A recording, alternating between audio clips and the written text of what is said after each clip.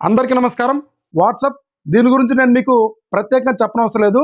మనము కొత్త మొబైల్ కొన్నప్పుడు పాత మొబైల్‌లో ఉన్న వాట్సాప్ చాట్స్ అన్నీ కూడా కొత్త మొబైల్‌కి ట్రాన్స్‌ఫర్ చేసుకోవాలనుకుంటే దీనికోసం మనము ఎటువంటి థర్డ్ పార్టీ యాప్ ఉపయోగించాల్సిన అవసరం లేదు. నేను చెప్పే టిప్స్ మీరు ఫాలో అయితే తప్పకుండా పాత మొబైల్‌లో ఉన్న ప్రతి ఒక్క చాట్ కూడా కొత్త మొబైల్‌కి ఈజీగా ట్రాన్స్‌ఫర్ చేసుకోవచ్చు. ముందుగా మీ పాత మొబైల్‌లో వాట్సాప్ ఓపెన్ చేసిన తర్వాత పైన 3 డాట్స్ మీద ప్రెస్ చేయండి. సెట్టింగ్స్‌లోకెళ్ళండి. ఇక్కడ చాట్స్‌లోకెళ్ళండి. కిందకి వెళ్తే ట్రాన్స్ఫర్ చాట్స్ ఉంటుంది. దాన్ని ట్యాప్ చేయండి.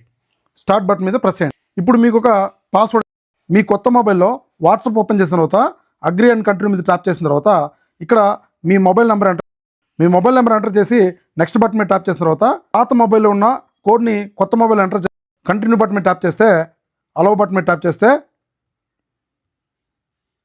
కంటిన్యూ బటన్ మీద ట్యాప్ చేయండి. అలౌ బటన్ మీద ట్యాప్ చేయండి. సో ఇప్పుడు మీకు ఇక్కడ క్యూఆర్ కోడ్ వస్తుంది.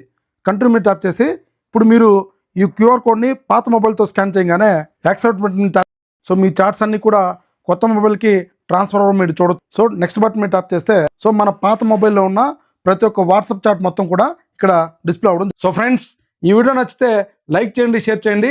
ఇలాంటి టెక్నికల్ వీడియోస్ కోసం మన ఛానల్ని తప్పకుండా సబ్స్క్రైబ్ చేయండి. మళ్ళీ మరొక ఇంట్రెస్టింగ్ వీడియోతో కలుద్దాం. Thank you.